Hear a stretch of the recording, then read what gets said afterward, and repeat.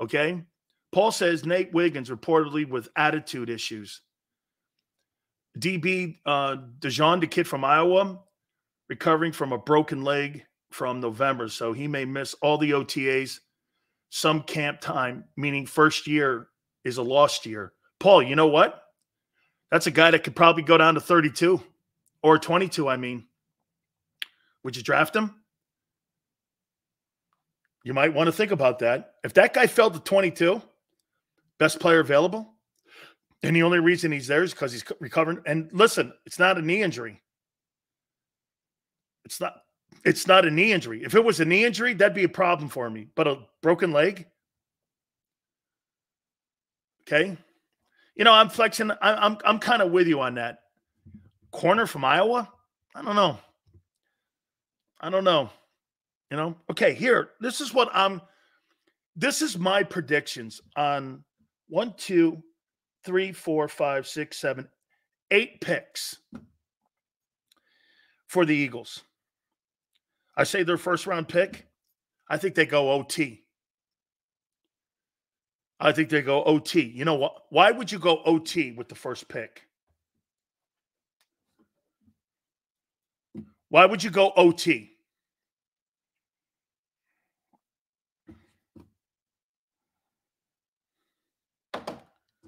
I say OT. When was the last good DB from Iowa? That's my point too, man. Depth and development. It's what they do. Right. Very good, Rico. You guys are aging in the O-line. And if you got a $50 million quarterback, you want to keep investing in the O-line. Listen, and I know you need a ton of work on defense. I'm with you. But for the first pick, for the first round pick a position that you have the least chance of failure, which is O-line. You got Stoutland and Kelsey in the building. I mean, you got Lane. You know what I would do if I were the Eagles and I was looking at an O-lineman? I would get Lane, Mulata, Landon Dickerson. I would get Kelsey. I would get Stoutland. I'd bring him in and go, what do you think of this kid? I'm not going to sit there and listen to Julian Laurie tell me about an OT from Northwestern. I give a shit what that kid thinks. I'd look at him and go give me a cup of coffee, kid.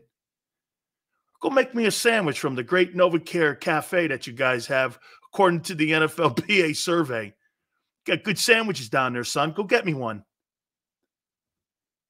I don't give a shit what you think. We go tell my dad. I bet you will.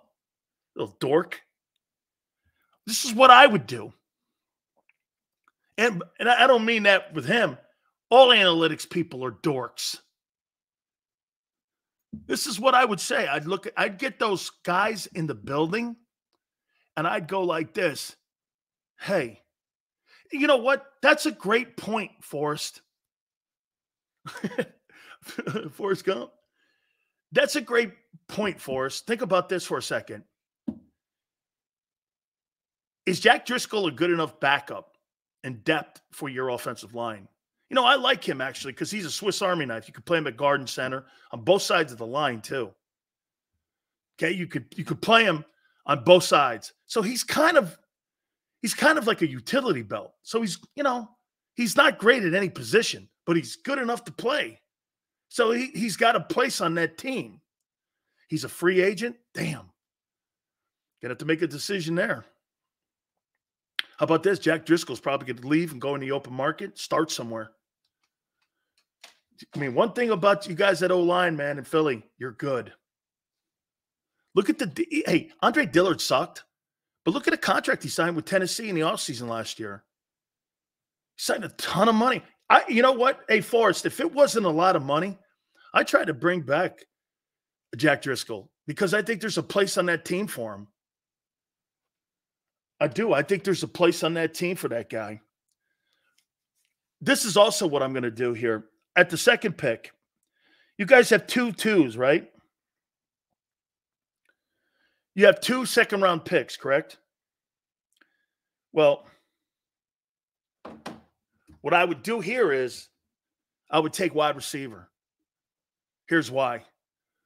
Do you guys want to spend veteran money on WR3 where I could spend the money at safety and linebacker and I could get a kid on a rookie deal? And most of the guys, like I told you, 60% of the guys that have made the Pro Bowl have been second-round wide receivers. You might land on somebody here. And you know why Howie might get it right here? We're here to help him. You know why? You might get best player available and best receiver available, which means your chances of failure at that position will be less. Because if at that second pick, the first of your second picks is a wideout, you should grab a guy there. Sills, would you trade your first and second, you got 2 seconds now, to move up? For who? Who in that draft blows your doors off? Is there anybody really in that draft that makes you go, wow? Marvin Harrison Jr.?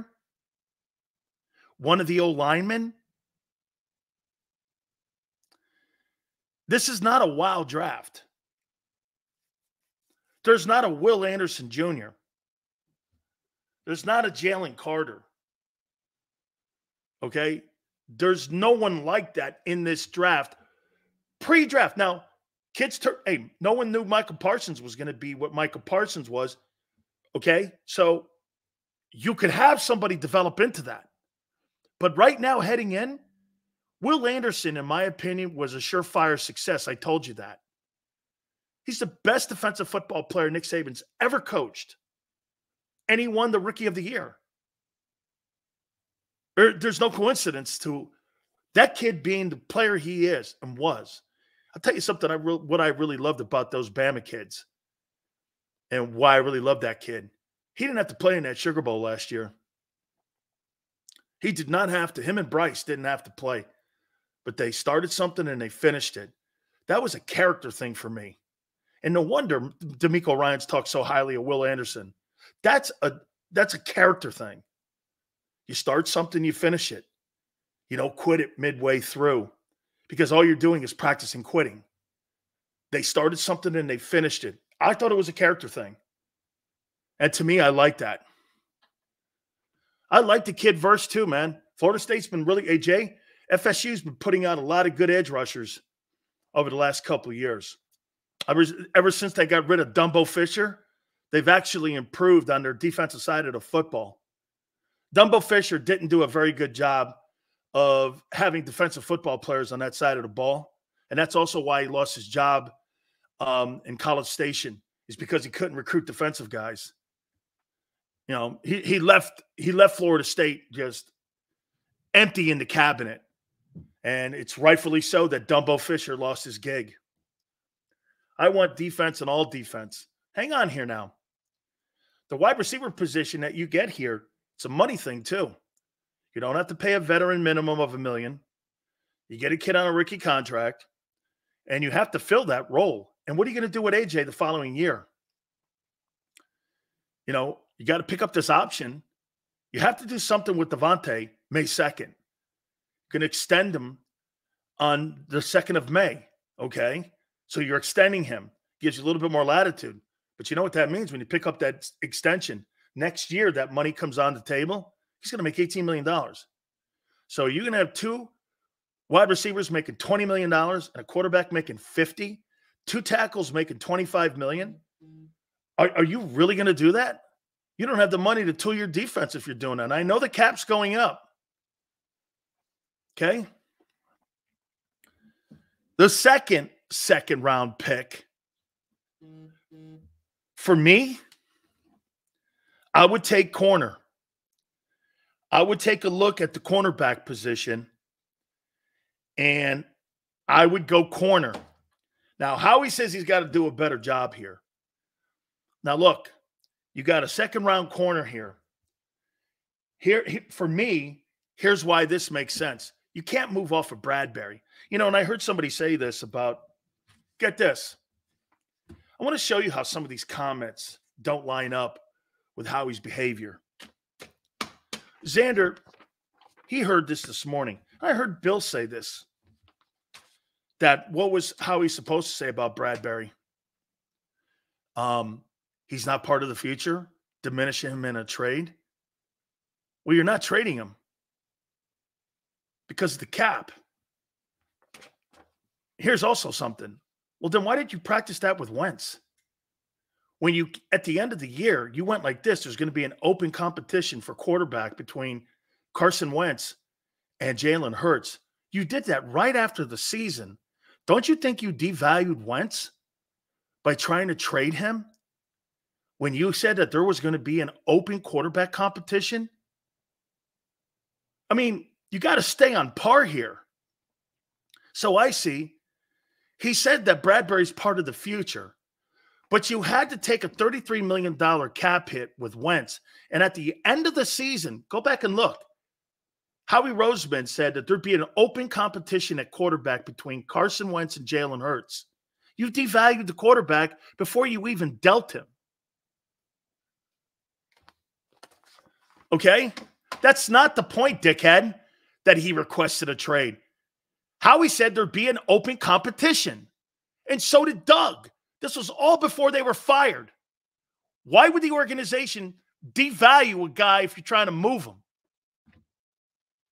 They did that with Wentz.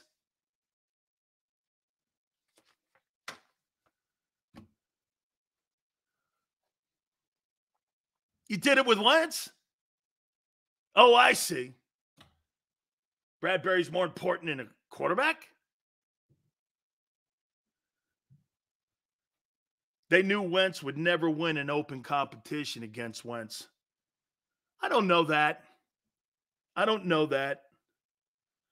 Okay? Dirty D goes, we still got the first for him. It was conditional.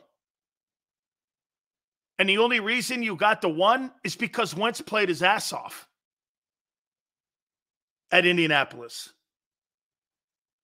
Wentz had a great year in Indy and played 75% of the snaps.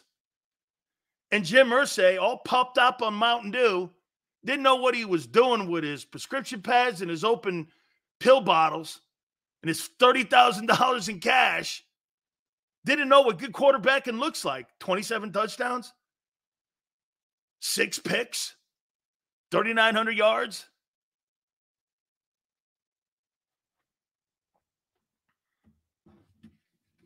%67 completion, 9-8. The only reason the Eagles got, get this, the only reason the Eagles got a 1 for him is because Wentz played well.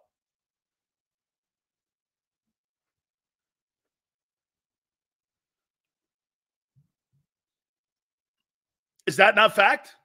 That's what happened. It was a conditional 1.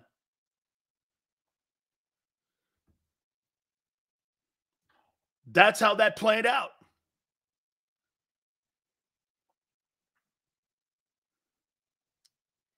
I say corner with the second pick, the second of the 2s. Wentz couldn't handle. I'm not going over that again. It's old news shit. Whatever. I'm just saying. I'm talking about how he handles himself. So he says there's an open competition between Wentz and Hurts. And if you're looking to trade Hurts or Wentz, and Wentz wanted out, you devalue a quarterback who's got a $30-some-odd million contract per year, and you devalue that because you say an open competition before you deal him? And then you turn around and you talk at the combines, hey, well, Bradbury's part of our future. I'm not buying it. I think he really believes that. How you think Howie wants to be proven wrong that he gave Bradbury money? You're missing this whole thing here. This is ego trip. Number 1. Howie doesn't want to prove. Howie's whole thing is this. Hey, Bradbury had a bad year. He'll bounce back under Vic. You think Howie wants to go to the owner and say, remember something, he's got to answer for these signing bonuses. Always start with the money here. You guys are nuts, man. Was how he expected to say. That's not the angle he's coming from. How he's coming from the angle, I don't want anybody to think I signed a guy to a bad deal. How he's not moving off that guy. Just like he's not moving off his draft picks. Jesus, criminy. I've been here 2 seconds and see it. You've been here 10, 15, 20, 30 years, and you can't. That's why when I got guys calling me now saying, hey, no one talks like this, Sills. You got the natives restless. It's not how he sees that. What'd you expect him to do? Devalue Bradbury? What are you talking about? He's not looking at it like that. You think he's going to go to the owner? Hey, does anyone know what the signing bonus was for Bradbury last year when they gave him a new deal?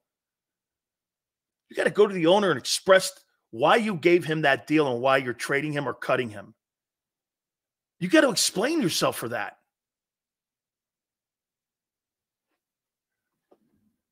You got to explain yourself on how you're not.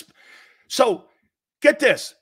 No, and Mr. International, is that true? They gave him an $18 million signing bonus. I want to be sure, because if that's the case, if that's true, that they gave him an $18 million signing bonus, you really think it had anything to do with devaluing the player, or Howie valuing the fact that he gave him a pick and a contract? Where in the world are you coming from? Do you know anything about how the NFL works? Devaluing a player if you're going to deal him. When you wrote a check for $18 million in a signing bonus, and if you trade him or cut him, you got to go to your owner and explain to him why you gave that money to a player who didn't deliver the goods for you. What do you think is more important to Howie?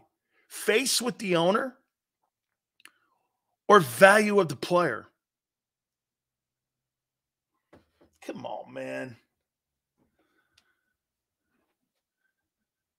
Hey, screw the $18 million signing bonus. Just dump him. Yeah, who's answering for the $18 million? Howie? Yeah. The general manager, not the head coach, goes to the owner and says, here's the contract. And then Jeffrey Lurie looks at it and has faith in Howie in these enormous contracts. You know, the $50 million a year, and it's true. Okay? And it's true. The cap hits are great with Hurts. Still, Howie's got to look at that owner in the face and go, well, maybe it wasn't a $50 million year. That wasn't a $50 million year by Hurts last year. Yeah, but it's not so bad on the cap. Hey, may not be so bad on your cap, but in my wallet, it is.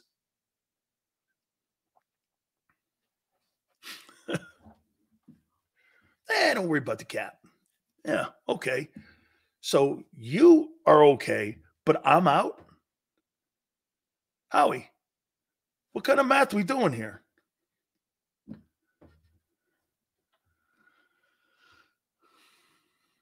Leonard Taylor ran a 5.12.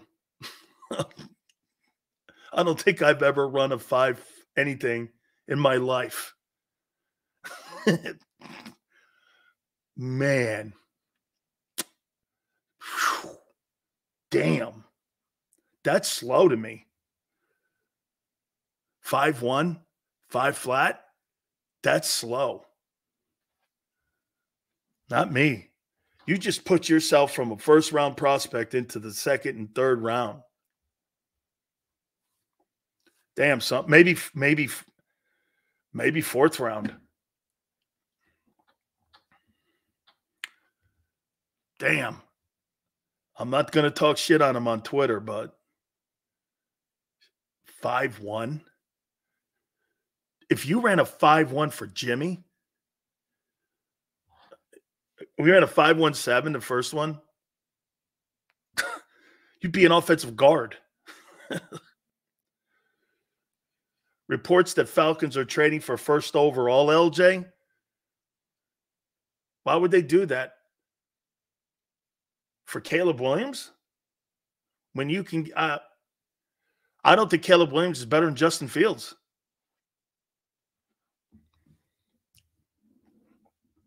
I don't think much of Caleb Williams.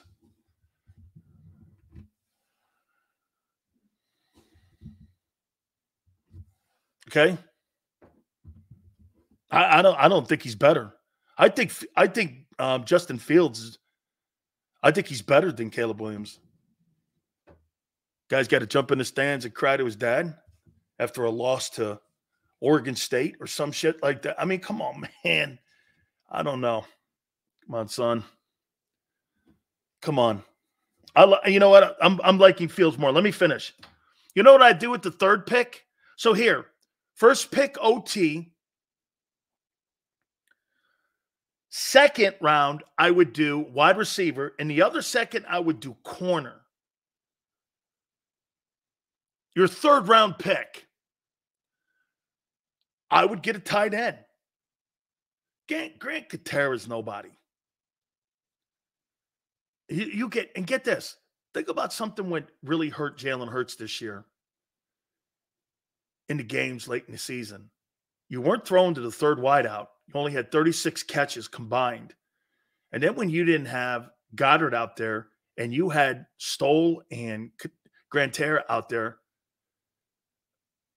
Calcaterra out there, and you had those two guys, you got nothing out of the position. You were playing basically with 9 guys versus 11. You got no production out of tight end, and you got no production out of wide receiver 3. I mean, you got to upgrade that position. At least get some depth there. Okay? Got to get some depth there, tight end. And you know what? You're great at drafting tight ends. Okay? LJ goes, he's still our best blocking tight end. What factor did it play late in the year when you couldn't run the ball? And you couldn't. Here, think about what LJ just said. He's the best blocking tight end, and they got outrushed pretty much the entire rest of the season from week 12 on. And you got no production catching the ball, and Jalen had an 8 quarterback rating throwing to the middle of the field. How did that guy help? He didn't. He didn't. One of the 5s. Now, you could package some of these things up here. I'd go corner again. Helps your special teams as well. Then with the second 5, I would go running back. But this running back is going to be different. I'm not looking for a production running back. I'm looking for a guy who can block and give me some production. Man, you got the worst blocking running backs in the league, and it showed. You didn't have a guy worth a shit back there. That Rashad Penny thing was a disaster. Kenny Gainwell is a dude. Boston Scott, you barely used. Travis Swift, DeAndre Swift. I mean, he was good. He was a good ball player. Okay, but he can't block, and he's not a red zone back. He's good. He is. It wasn't an upgrade from Sanders.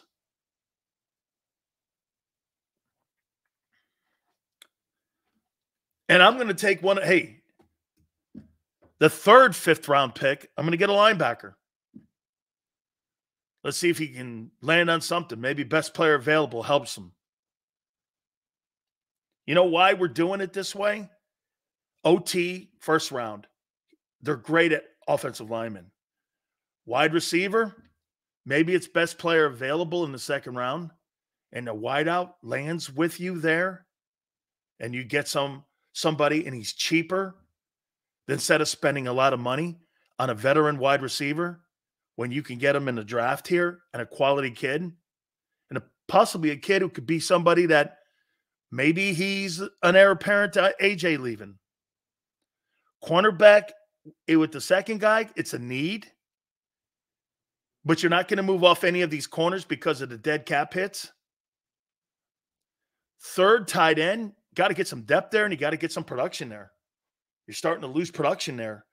Every time that guy misses games, Goddard, I mean, Goddard's health has to be a factor in evaluating the position.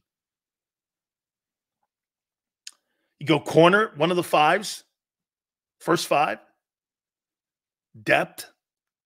Maybe you land on a guy. Also helps you in special teams. Running back at 5. It's a terrible class of running backs. So you get a blocking guy, a third down back. Get a linebacker. He's not very good at it. So if you're not very good at it, I'm not going to give you a high pick. You know, you guys want him to take Jeremiah Trotter. I don't. You know why? I don't trust them evaluating him. There's too much emotions on Trotter Jr. because of the last name. That is the last thing that matters in his evaluation, is his last name. Why is it the first thing you guys bring up? I don't care if his name, if he was Reggie White's son. This has nothing to do with that. Hey, would it be a great story? Sure. Would it be awesome to have Trotter Sr.'s son play in Philly? Of course. But guess what? This isn't a fairy tale. This is about building a football team. And there's things that football team does great, and there's things that football team in the draft does not. And one of them is picking backers. Why would I give you a first-round pick to make a selection at linebacker when you have cut and drafted dogs for the last 20 years? Why in the world would I give you a first-round pick to draft a corner when you have sucked for 24 years at corner? Why? Do you keep going down that rabbit hole when you know you're not successful? It doesn't make sense. You keep shooting yourself in the foot.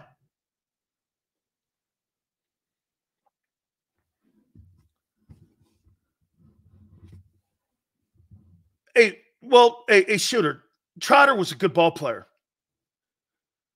Okay, I mean, he's no Seth Joyner. Jeremiah Trotter was a good ball player. He's a tick above good. He was a pretty good ball player. He could play. Okay, a big hitter kid, toughness. I don't know. I wouldn't just go like this. He's some like Hall of Fame. He's a good ball player. Okay, I wouldn't disrespect that career like that. He can play. Oh, Griffin, really? John Randall's helping out Dunbar at the combines? Let's see here.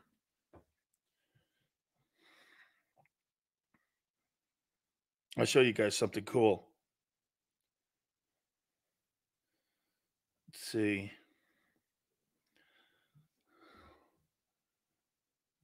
I like name dropping here, as you can tell.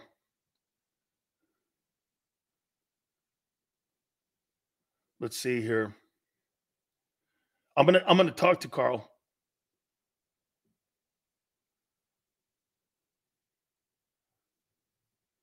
I better not show his number.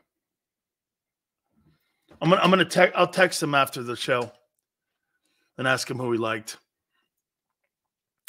and what guys. Okay. So I would say we'll get a sense of what guys really stood out when it came to the combines. I'm glad to see John Rand. I think Sapp's there too. Okay, I think Sapp's there as well. And the last 5th round pick, I'm taking a safety. So here, 1 OT, 2 wide receiver, 3 corner. Or wait, 1 OT, 2 wide receiver, your second 2 corner, your third pick tight end, your 4 5s. First one corner, second one running back, third LB, and 5th one safety. That's where I would go. Okay? And again, most of this is going to come down after round 2 to best player available. The people that overcook these drafts, I'll tell you, it's almost to the best interest. If it's me, and I'm the Eagles at 22, I'm moving out of that pick. Because you know why? The quarterbacks. Well, here, Wake, are you? Here's why you take a wideout. And here's why you take a wideout. So you'd rather spend $3 million on a wide receiver to play the 3-hole for you instead of putting a guy on a rookie contract at $800,000. Really? You'd rather spend veteran money and cap money on a veteran wide receiver to play the 3-hole for you?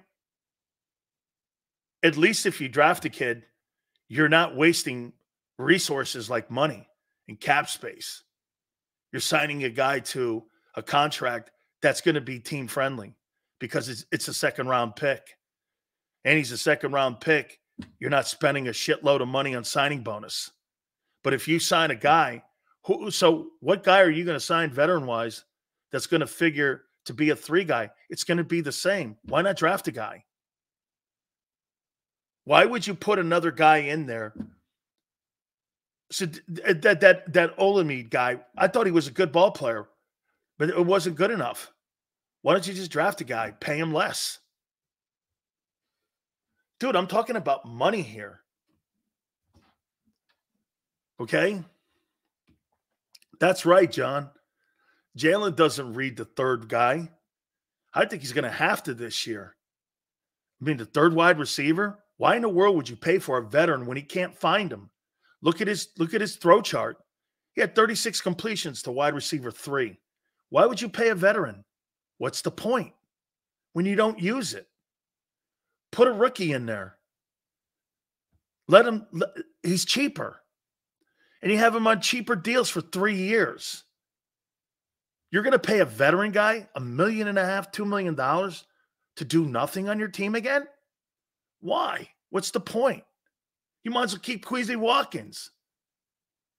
It makes no sense. Okay? It makes absolutely no sense. I don't get it. All right, let's take a timeout.